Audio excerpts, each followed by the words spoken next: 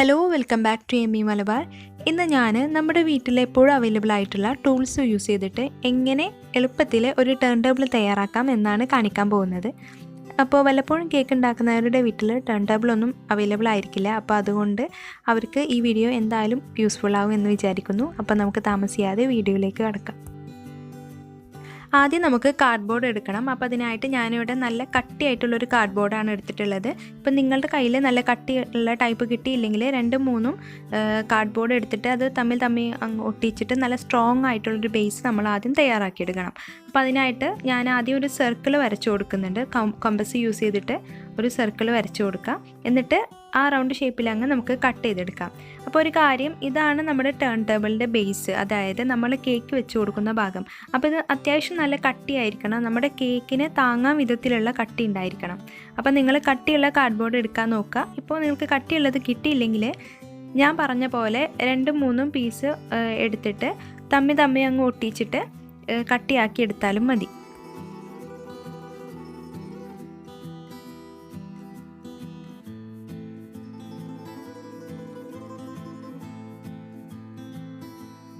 Turn ടേബിളിൻ്റെ base ഇവിടെ ready ആയിട്ടുണ്ട്. ഇനി നമുക്ക് വേണ്ടിയത് ഇതുപോലുള്ളൊരു ആണിയാണ്. ഇത് എല്ലാ വീട്ടിലും ഉണ്ടാകുന്ന ടൈപ്പ് ആണിയാണ്.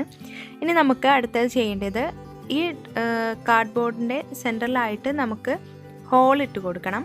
അപ്പോൾ അതിനായിട്ട് ഞാൻ ജസ്റ്റ് ആണി ഒന്ന് വെച്ച് കൊടുത്തിട്ടുണ്ട്. ആ ആണി കടക്കാൻ വിധത്തിന് പാകമായിട്ടുള്ള ഹോൾ മാത്രം നമ്മൾ ഇതിലേക്ക് ഇട്ട് കൊടുക്കുക. അപ്പോൾ ഞാൻ പെൻസിൽ വെച്ചിട്ട് ജസ്റ്റ് ഒന്ന് മാർക്ക് ചെയ്തിട്ട് അവിടെ ഞാൻ ഹോൾ ഇട്ട് കൊടുക്കുകയാണ്. ഒരു കത്തിയോ അല്ലെങ്കിൽ കത്രികയോ യൂസ് ചെയ്തിട്ട് നമ്മൾ ഒരു ഹോൾ ഇട്ട് കൊടുക്കുക. ആ ആണി കടക്കാൻ പാകത്തിന് മാത്രമുള്ള ഹോൾ മതി, അധികമായിട്ട് വേണ്ട.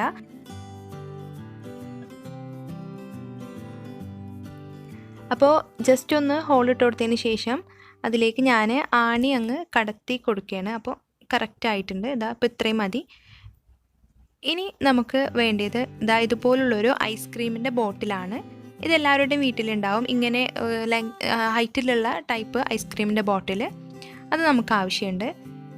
എന്നിട്ട് നമുക്ക് ഇതിൻ്റെ സെൻറ്ററിലായിട്ട് ഒരു ഹോൾ ഇട്ട് കൊടുക്കണം. ഞാൻ നേരത്തെ പറഞ്ഞ പോലെ ആണി കടത്താൻ പാകത്തിനായിട്ടുള്ള ഹോൾ നമ്മൾ ഇട്ട് കൊടുക്കണം. അപ്പോൾ അതിനായിട്ട് ചെയ്യേണ്ടത്, ഒരു കത്രിക യൂസ് ചെയ്തിട്ട് ജസ്റ്റ് ഒന്ന് പ്രസ് ചെയ്തിട്ട് അങ്ങ് തിരിച്ചു കൊടുത്താൽ മതി. അപ്പോൾ നമുക്ക് ഹോള് വലുതായിട്ട് കിട്ടും. അധികം ബുദ്ധിമുട്ടൊന്നുമില്ല ഇത് ചെയ്തെടുക്കാനായിട്ട്.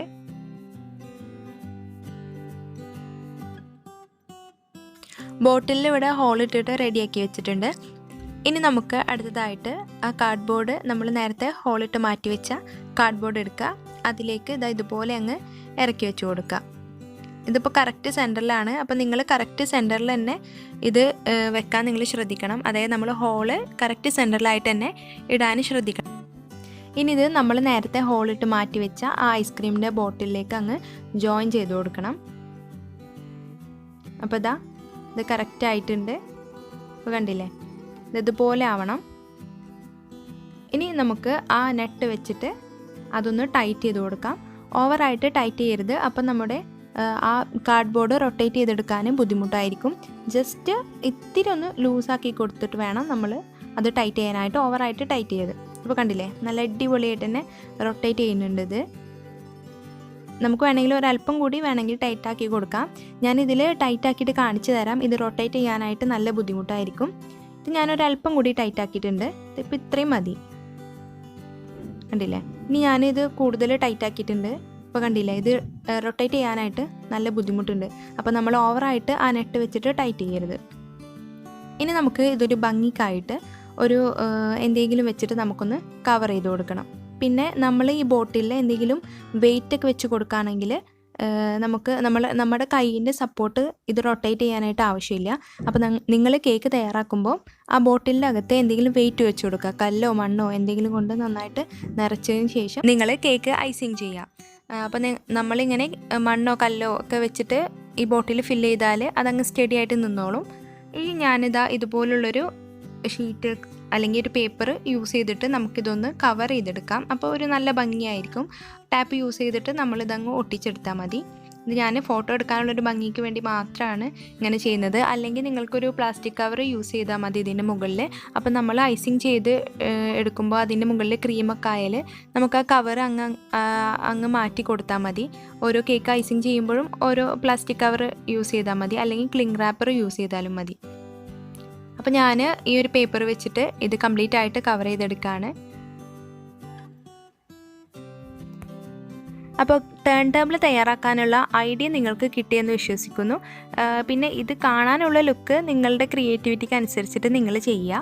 ഇത് ഇത്രയേ ഉള്ളൂ. ഇതിൻ്റെ ഐഡിയ എല്ലാവർക്കും മനസ്സിലായി എന്ന് വിശ്വസിക്കുന്നു. പിന്നെ ഇതിൻ്റെ മുകളിലുള്ള ആ ആണി നമ്മൾ കേക്ക് ഐസിങ് ചെയ്യുമ്പോൾ കറക്റ്റായിട്ട് നിൽക്കുമോ, നമ്മുടെ കേക്ക് നിൽക്കുമോ എന്ന് നിങ്ങൾക്കൊരു ഡൗട്ട് ഉണ്ടാകും. അപ്പോൾ അങ്ങനെയുള്ളവർ എന്താ ചെയ്യുകയെന്ന് വെച്ചാൽ വേറൊരു കാർഡ്ബോർഡ് കൂടി അതിൻ്റെ മുകളിൽ അങ്ങ് വെച്ച് കൊടുത്താൽ മതി. അതായത് 2 കാർഡ്ബോർഡ് വെച്ച് കൊടുത്താൽ മതി. അപ്പോൾ അതങ്ങ് ശരിയായിക്കോളും. പക്ഷേ ഇത് ഐസിങ് ചെയ്യുമ്പോൾ പ്രോബ്ലം ഒന്നും വരില്ല. കറക്റ്റായിട്ട് തന്നെ നമുക്ക് ഐസിങ് ചെയ്തെടുക്കാൻ പറ്റും. അപ്പോൾ ടേൺ ടേബിൾ ഇല്ലാത്തവർക്ക്, അതായത് വീട്ടിൽ വല്ലപ്പോഴും കേക്ക് ഉണ്ടാക്കുന്നവർക്ക് ഈ വീഡിയോ എന്തായാലും യൂസ്ഫുൾ ആയി എന്ന് വിശ്വസിക്കുന്നു. അപ്പോൾ എല്ലാവരും ഇതൊന്ന് ട്രൈ ചെയ്ത് നോക്കുക. ട്രൈ ചെയ്തിട്ട് ഫീഡ്ബാക്ക് എന്നെ അറിയിക്കുക. പിന്നെ ഈ വീഡിയോ ഞാൻ ഇന്നോവേറ്റ് ചെയ്ത വീഡിയോ ഒന്നുമല്ല, ഞാൻ വേറൊരു ചാനലിൽ കണ്ട വീഡിയോ ആണ്. അപ്പോൾ എൻ്റെ കമൻറ്റ് ബോക്സിൽ ടേൺ ടേബിൾ ചെയ്യുമോ ചോദിച്ചിട്ട് റിക്വസ്റ്റ് വന്നതുകൊണ്ട് ഞാനിത് എൻ്റെ ചാനലിൽ ചെയ്തെന്ന് മാത്രം.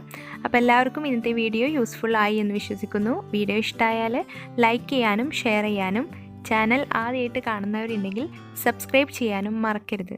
Thanks for watching.